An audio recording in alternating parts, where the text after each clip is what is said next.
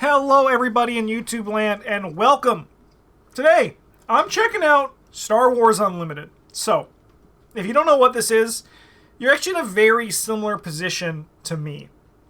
I knew that Fantasy Flight was making a trading card game based in Star Wars, and I've had a lot of people ask if I was going to play it. And to be honest, initially I didn't really have any plans to play it.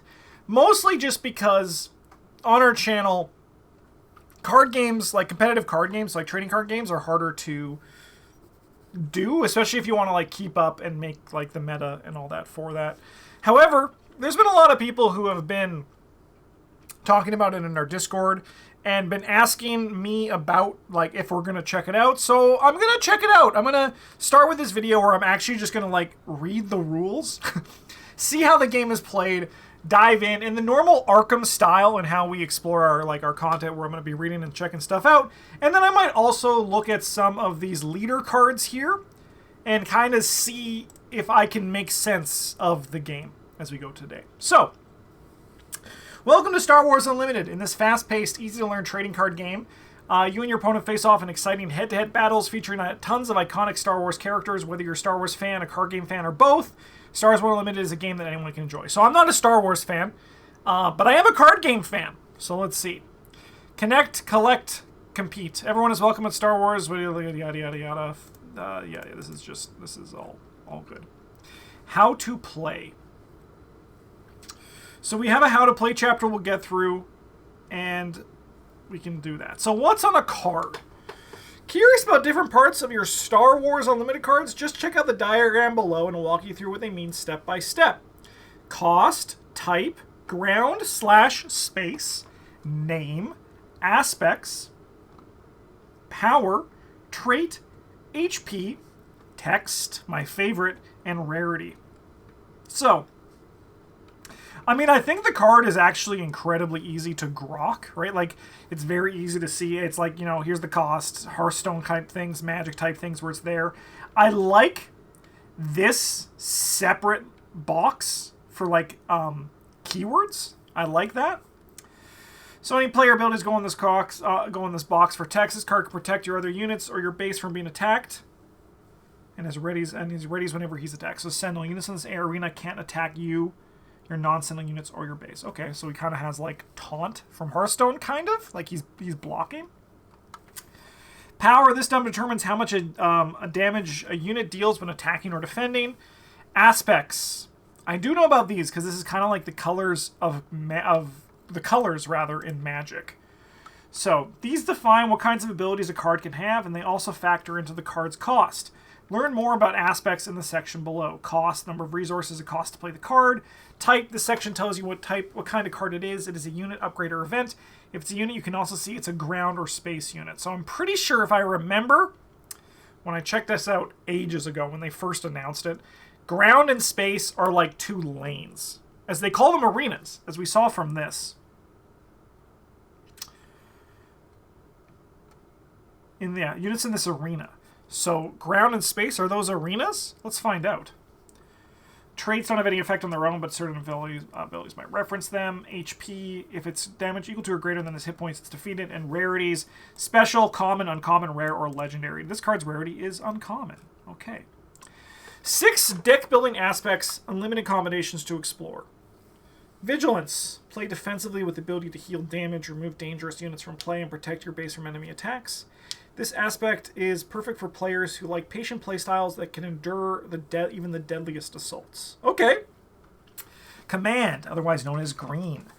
Accelerate your resources and call upon lots of units or strengthen the units they already have in place, like a swarm type of style. This aspect of choice for players who want to overwhelm their opponents with massive board presence, so very aggro-y, it's from the sounds of it. Aggression. Attack with maximum efficiency and dish out lots of damage. This aspect is great fit for players who prefer fast-paced, fiery playstyles that break through opponents' defenses and hurl themselves towards victory at any cost. So basically like Red from Magic the Gathering, which checks out. Cunning! Adapt any... So let's see what he is. So he is cunning and heroism. Okay. Adapt any situation on the fly with powerful immediate effects and lots of tools for disrupting your opponent's game plan. So a little bit control-y, it sounds like. This aspect is perfect for players who prefer to respond quickly to threats and have an answer for anything their opponent could throw their way. So these two together, Vigilance and Cunning, kind of sounds like a bit like a control deck. Heroism. Fight for peace and justice with cards that feature the protagonists of Star Wars series. Oh, this aspect is great for players who want their cards to support, protect each other while pressing the attack. This aspect is often paired with another aspect on a card. So, it's okay. And then Villainy is the bad guys. It's the bad guys. All right. There is Premiere. There's Draft. There is Draft. That's cool. And Sealed as well. Interesting. Quick start rules. Don't leave the site. Types of cards. The leaders. The leaders are the centerpiece of your deck. Your double-sided leader card sits in play on its undeployed side, so kind of like a commander. During the game, you'll be able to flip your leader over and deploy it as a unit, which can seriously change the flow of the game in your favor. Your leader also provides two aspects for your deck, which essentially provides the foundation for your deck building. So it's like a commander in Commander. Okay. Bases and tokens.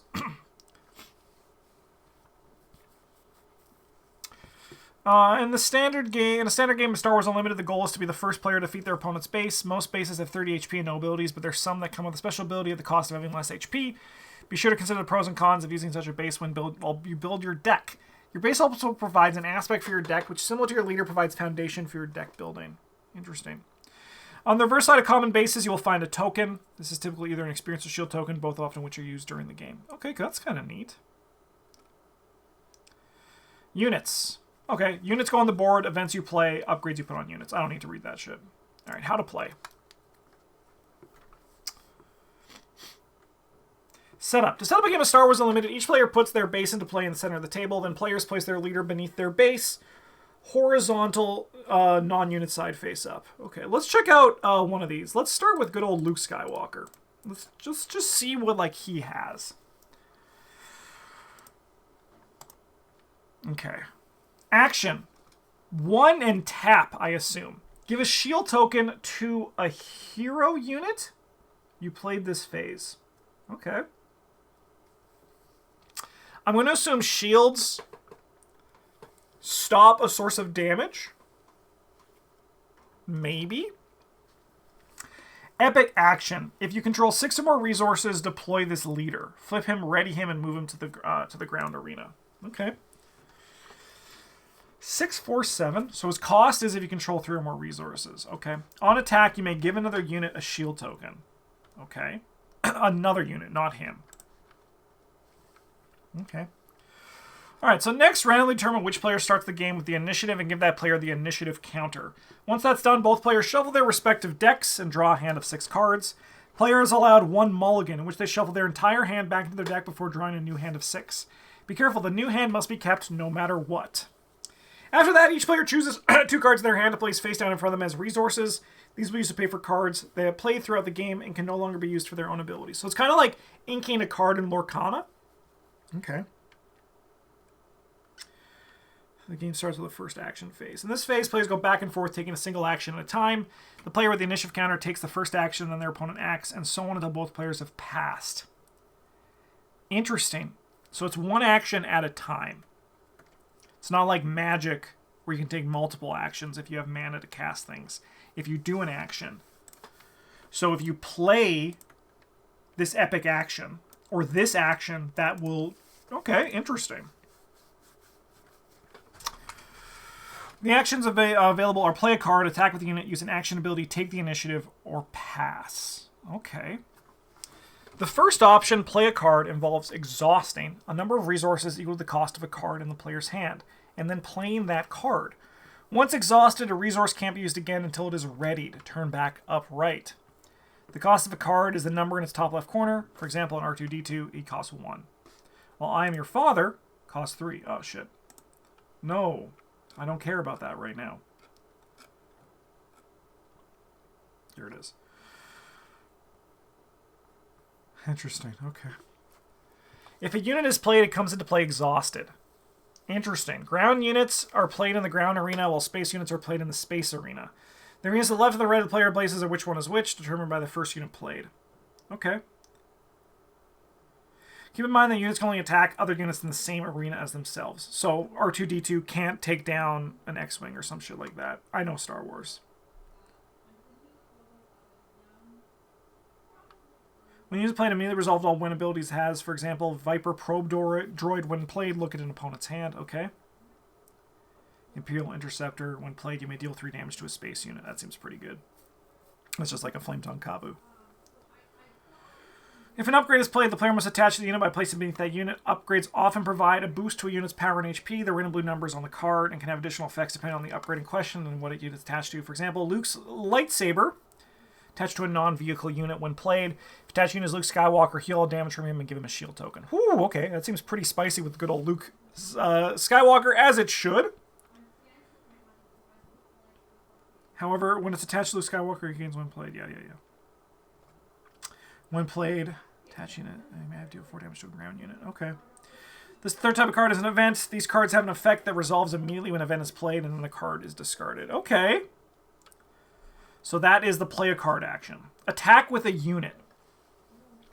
When a player exhausts a ready unit they control and chooses something to attack, the player can attack either an enemy unit in the same arena or their opponent's base.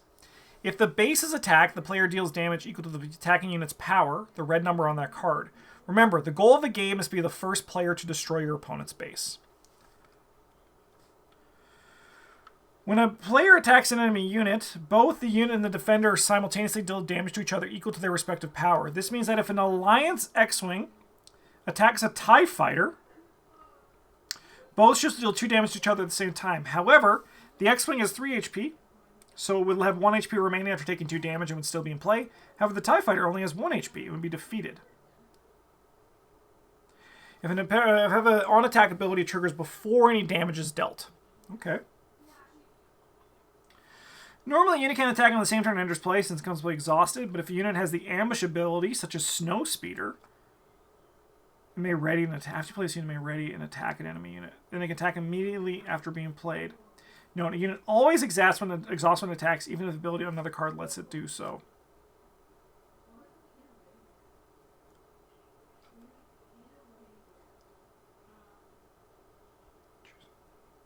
Interesting.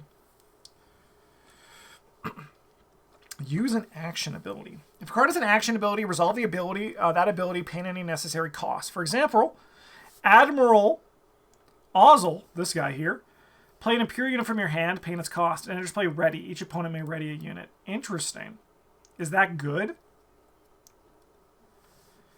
The cost of exhaustion denoted by the little arrow after action on his card allows an Imperial unit to be played from the player's hand and have it enter ready instead of exhausted. Leader cards are a special case. In addition to most leaders have a normal action ability that can be used each round. They also have an epic action. One and tap, yeah. They also have an epic action. These function like normal action abilities, except each epic action can only perform once per game. Each leader has an epic action that allows them to be deployed as a unit so long as the player controls enough resources. If a leader is defeated, they flip back to their horizontal side, and since the epic action was already used, the player won't be able to deploy them again during that game. Okay, that's neat. That's neat. Take the initiative or pass. The last 2 actions, take the initiative and pass, both involve doing nothing during the turn. If a player chooses to pass, their opponent takes their turn, then the player can decide if they want to pass again or perform a different action. If a player takes the initiative, they claim the initiative counter even if they already have it, and it guarantees they will act first the next round. However, once they take the initiative, they automatically pass for all subsequent actions during that phase. Only one player can take the initiative each round. Once both players have passed,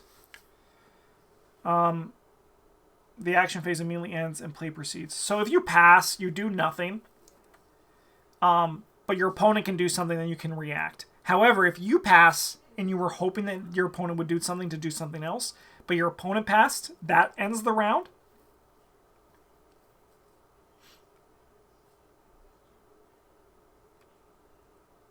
Interesting. But I mean, they probably just take the initiative if you do that, right? Interesting. That back and forth is neat. Curious to see how that goes. Yeah, the rule system seems pretty standard. And then we go to regroup phase. Draw cards, resource a card, and ready cards. Both players complete these steps in order. So draw 2 cards. So that's mandatory. May choose any one card in their hand to put into play face down as a resource. This step is referred to as resourcing a card and is optional. However, it is highly recommended the card is a resource each round until players can do their leader's epic action. Ready cards. And that's how you play the game. Interesting.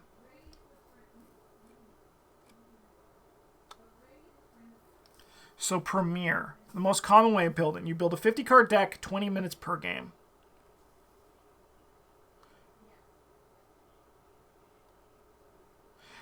This is Commander.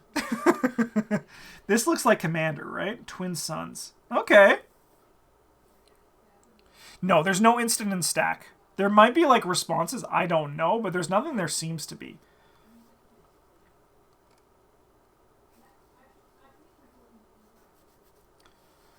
I mean, I think it's good that they are starting with a Commander format because that's gonna have some like longevity.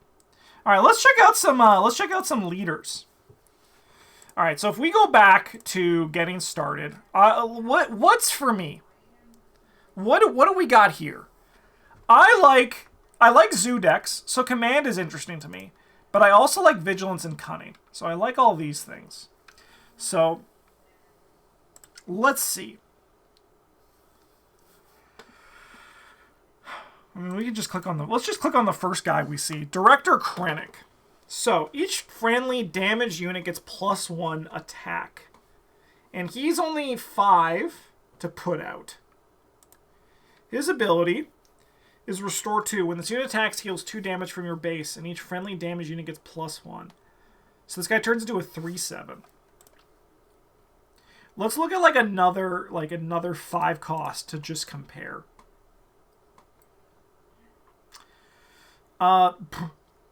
Star Wars names. I don't know how to say them. Action. Give a unit +0/+2 for this phase. Okay. Epic action. If you control 5 or more resources, deploy this leader. Do these guys, like, what's their rarity? They're rare? This guy's common. Okay. So these guys also have... See, I see. And there's an R. Okay. You don't need to pay for it if you control 5 or more resources, but it doesn't cost the resources to play them. During the action phase, this unit is defeated by having no remaining HP. During the regroup phase, if he has no remaining HP, defeat him. Interesting. That's kind of neat. So we look at the difference between these two 5-cost ones. So this guy's common, so in theory he should be weaker. This guy's here for like draft, right? Because one of the formats you can play is draft and sealed, right? Which is good. You need to have limited formats to make a card game like actually stick. During the action phase, this unit is defeated by having no remaining HP. So then this one is 2 when its attack heals 2 damage from your base.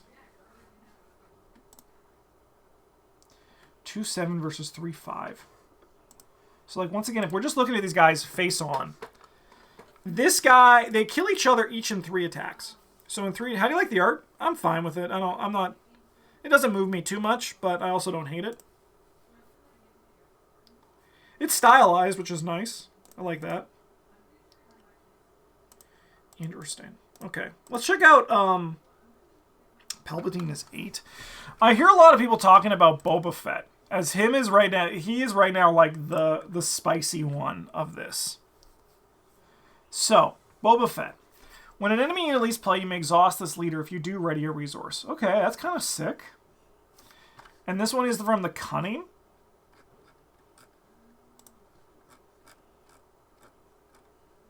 Adapt to a situation on the fly with powerful immediate effects. Okay. Exhaust this leader. When this unit completes an attack, if an enemy unit left play this phase, ready up to 2 resources. Okay, I can see why. That's a pretty powerful effect. And he's a common too. He's common. Maybe there's another Boba Fett. No, that's the only Boba Fett I see. Maybe there's someone else talking, and I'm trying to understand it. But I mean, like, that does seem like a powerful effect, right? Like, it's just giving you resources. He attacks, he kills something, you ready something, you get to play something else on your next turn.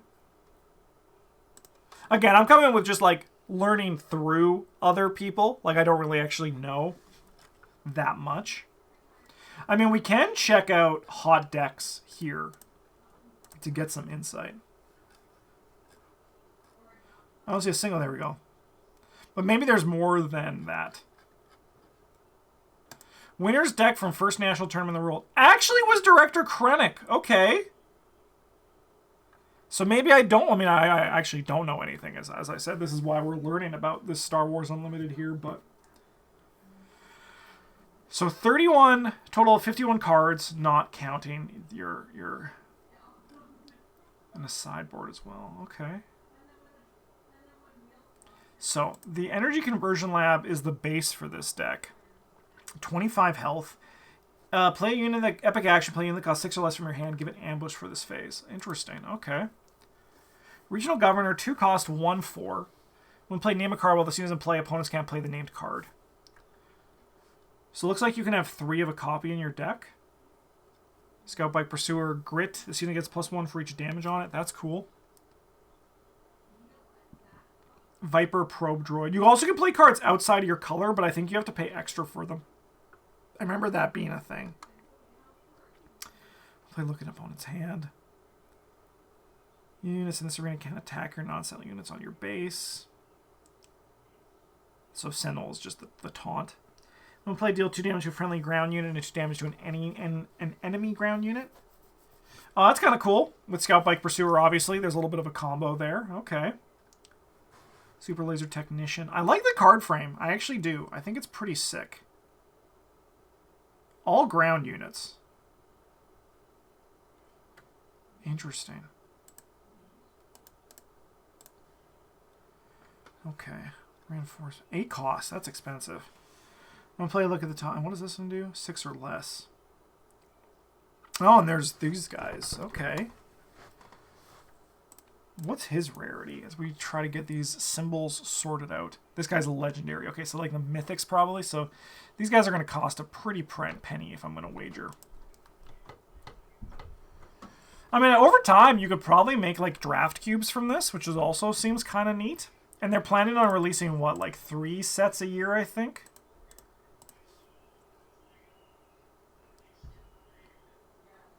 Yeah. Interesting. Okay. Let's see some of these are the space units I see. We got these ones here.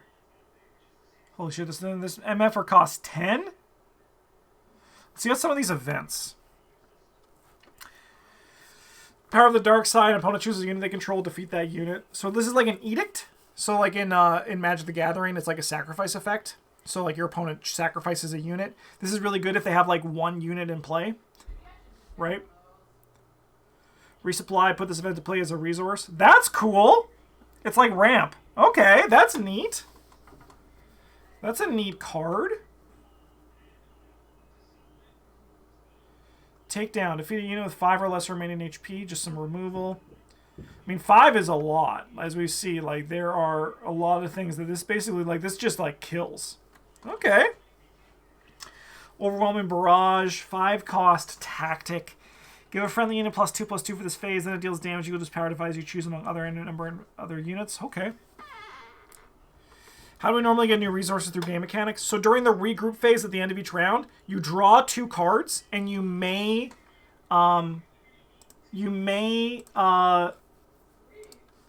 resource one of them. Does it have to be one of those cards, or just one from your hand? Yeah, you choose any 1 card from your hand. So you always, at the end of the round, you draw 2, and you're going to resource one of them. So you're basically only drawing like 1 card a turn, if you look at it that way, but like you still get 2 cards. Okay.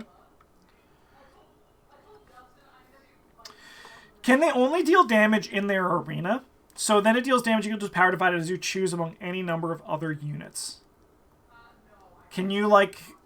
Is it only in your arena? That's a question that I don't know. Vanquish. Defeat a non-leader unit. Just removal. Yeah, this is basically just... Yeah, it's a control deck. Ah, so then these are your color identities. Okay, okay, okay. So you have there's 3 color identities in this deck. All right, let's check out another one. Let's check out another deck. So this is a red, blue, black deck. A Grixis deck. So this one's the Grand Inquisitor. Let's see what this guy's all about. Action. Deal 2 damage to a friendly unit with 3 or less power and ready it. That's cool. Okay. If you control 6 or more, we deploy this guy. So noticeably, they are very similar on the front and back, which is nice. You may deal 1 damage to another friendly unit with 3 or less power and ready it. Okay. And then we got Security Complex, Epic Action, give a shield to a non-leader unit. Okay, let's see if we can find out what a shield token is. Yeah, I'll leave this site.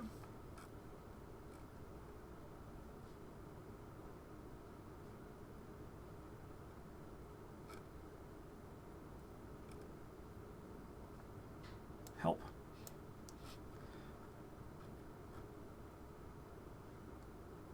Shield.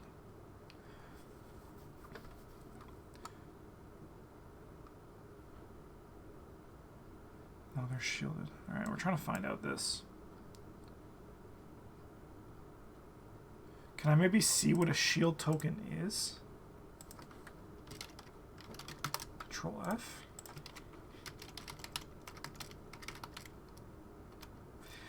Shield token is a type of upgrade. A shield token is an upgrade that gives the unit +0 power and +0 HP and has attacks. If damage will be dealt to attached unit, prevent that damage if you do defeat a shield token on. Okay, so it's exactly what I thought it was.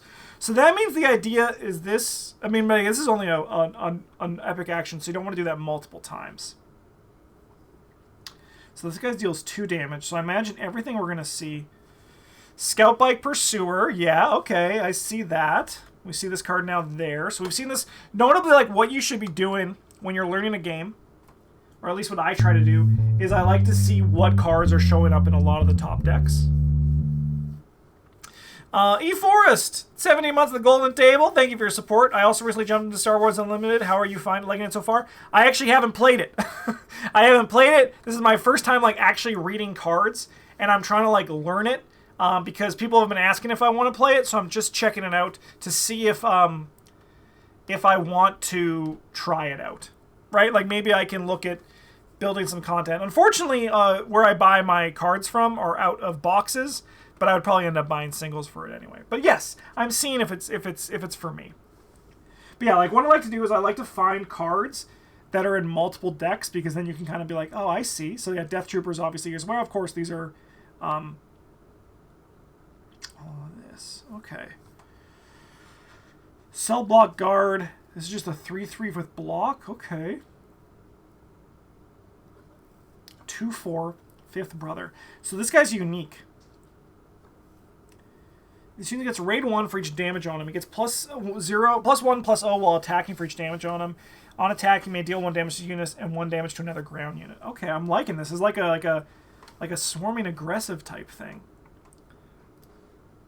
Baze Malbus. Grit gets +1 for each damage on him. Like if this unit gets Sentinel. Interesting. So while you have the initiative, he gains Sentinel. Okay. Okay. 7th Sister. Saboteur. This unit attacks, ignore Sentinel, and defeat the defender's shields. That's cool. Deals combat damage to an opponent's base. You may deal 3 damage to a ground unit that it controls. Alright. Damage to a space unit. So there definitely seems to be more of a focus on ground units from what I'm like looking at these 2 decks. Again, though, I like to look at the events because I feel like there's some stuff to be discovered here. Force Choke. If you control a force unit, this guy's force. It's going to be the brothers are going to be force, aren't they? The brother and the sister. Yeah, okay. And also, of course, the Grand Inquisitor. Control a force unit. This event costs 1 less to play. Okay. Deal 5 damage to a non-vehicle unit. That's unit controllers draws a card. So this card is really cheap. It kills something, but your opponent gets a card. You could also force choke your own people if you're feeling a little bit spicy.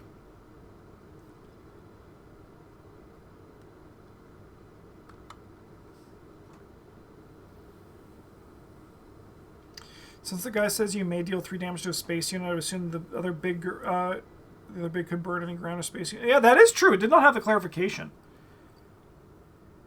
Yeah, That does check out. That is actually, I think you're 100% right. It binds all things. Heal 3 damage from a unit. If you control a force unit, may deal that damage to another unit. That's cool.